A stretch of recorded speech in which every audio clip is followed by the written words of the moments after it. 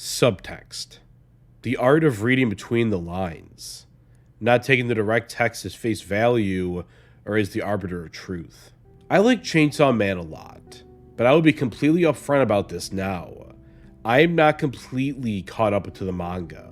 I made it most of the way through part 1, but never finished it.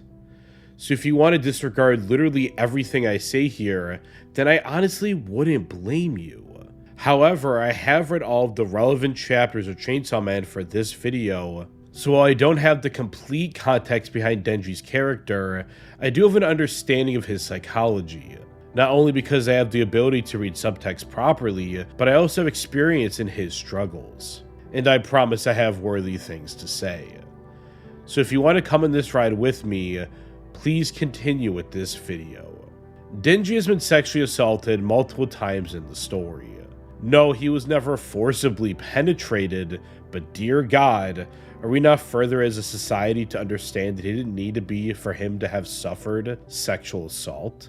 Denji is a boy, 16 years old at the time of the story's start, who is sexually manipulated. He obviously has no formal sexual education, as he has no formal education to begin with.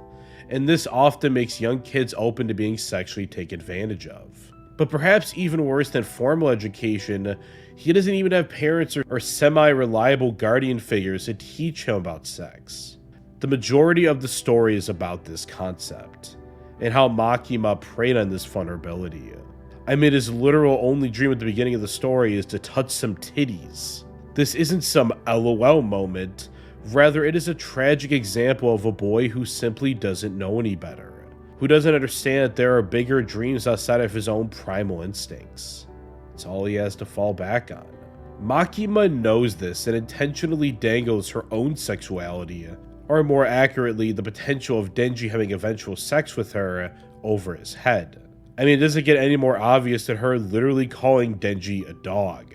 And I feel like most people recognize this. That Denji, a literal minor in case of the US's terms, is being sexually taken advantage of by Makima. And even if only subconsciously, this has severely damaged him, both in his own self-esteem, but perhaps more importantly, his own self-perceptions. Because he was never taught what a healthy sex relationship should be, this is, sadly, all he knows. It's what he's used to. This then leads into several of the events of part 2. And this is where things get contentious, friends. Because I have seen many people saying that Denji was not sexually assaulted by Yoru. And, come on. What are we even doing here, people? Some claim that male victims don't get taken seriously at all, yet it seems the same crowd is applauding a forcible handjob because Denji enjoyed it? Are we serious right now?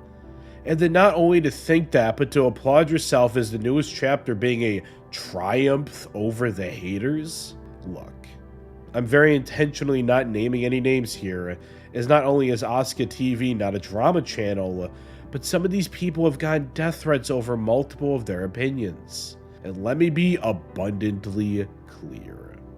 If you are sending others death threats, or really any threats like it, over a manga, or really much of anything else, fuck you. Don't do that for the love of God. With that out of the way, let's continue with this analysis. Yoru sexually assaulted Denji. A handjob without proper consent is sexual assault, plain and simple. There is literally no arguing there. It's not even subtext at that point, it's just basic, straightforward analysis of the text. But I've seen many people argue that it's not rape because he explicitly states that he enjoyed it, and especially that he wants it to happen again. And now I can feel myself getting angry again, let me calm down. Buckle in. Lock in, even. Let's focus on that first part for a second. He enjoyed it. Honestly, yeah. As an emotionally stunted, barely legal teen, I'm sure he did enjoy it. That doesn't make it any less of a forced handjob, however. Just because you enjoy something does not make it any less forced or consensual. But more importantly, I want to give you a classic example. Let's say a teacher, a woman specifically in this case, has sexual relations with a minor student, a boy in this case. Not only is this statutory rape, not only is this a power imbalance like seen with Makima, but most importantly, it is something that at the time, the boy would probably enjoy. Because they don't understand what's actually happening here and are raised in a patriarchal society that tells them that fucking an older teacher is awesome. Most reasonable people would say this is blatant rape, importantly, regardless of whether or not the boy enjoyed it. Now, in part 2, Denji is 18, so wouldn't it be statutory rape in this case? I mean, even in part 1, it wouldn't technically be either due to the legal age of consent in Japan being 16, big shocker there. But replace the direct power dynamic with, again, a forced hand job, and perhaps you're starting to see how the it's not sexual assault because he enjoyed it is crumbling. To get personal for a second, I myself had a similar experience to this. I was 14, she was 19, and I still remember the picture she sent me. Told me to tell no one. And at the time I thought it was the coolest thing ever, but now, man, it really does fuck you up in more ways than I can describe. I enjoyed it at the moment, sure, that doesn't mean I'm okay with it now. This is a similar feeling felt by many female accounts of rape, although a bit different. While at the time and after it was absolutely psychologically scarring, they physically enjoyed it. Their sexual reproductive organs produced hormones and other chemicals that gave them the good response in their brains. And this leads into even further psychological trauma. They think to themselves, well, I enjoyed it. What does it say about me? This disgust and guilt can honestly destroy people. That is why I will not tolerate for a second people on Twitter saying it's not rape because he enjoyed it, especially because I also have experience what I'm talking about now. Not for a second will I tolerate that.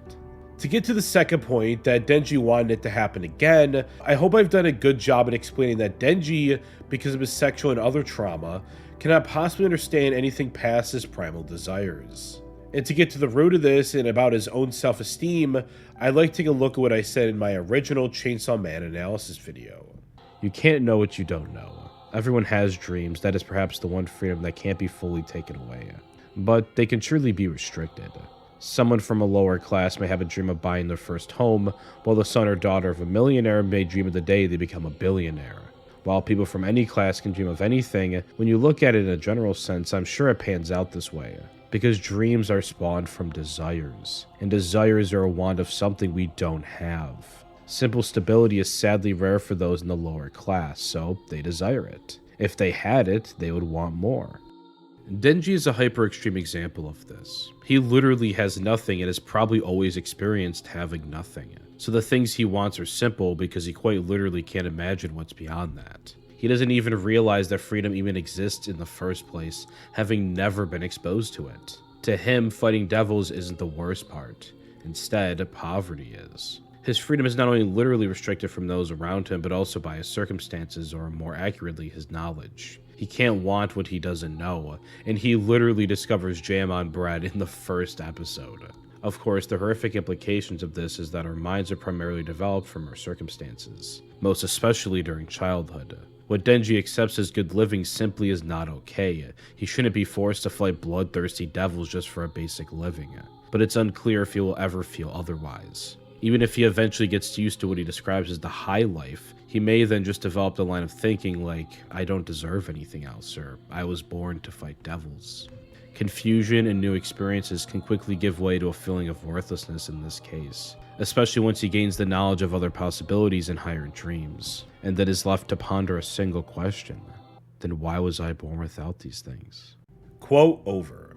I hope I've made it clear how Denji doesn't really know any better and what's actually good for him. And look, he does genuinely want it to happen again. But how in any way does that mean it's not sexual assault? Is the definition of rape literally hinged upon whether or not you want it to happen again? Which obviously most people wouldn't in cases of rape, but the definition isn't hinged upon that. Essentially, the entire point of Denji's character is that he doesn't see himself as having any more worth than a literal dog. I mean, he just starts eating his own hand, because nobody has treated him like anything else. And those that did especially the real family he was starting to love and cherish in Aki and power, are just killed off by the very same person that perhaps primarily instilled in him that he is a dog. And that if he is a good dog, not only would he receive sexual pleasure, he won't have to lose anyone else. He won't have to lose anyone else. So yeah, again, if you want to disregard what I'm saying here because I haven't read all the chapters of the manga, then go ahead. But if you've made it this far, I hope you at least have somewhat absorbed what I said. And I do hope sincerely that everyone can just be civil about this. I think productive discussion should be at the forefront of democracy, so let's all have a productive and well-meaning conversation ahead. And, as always, thank you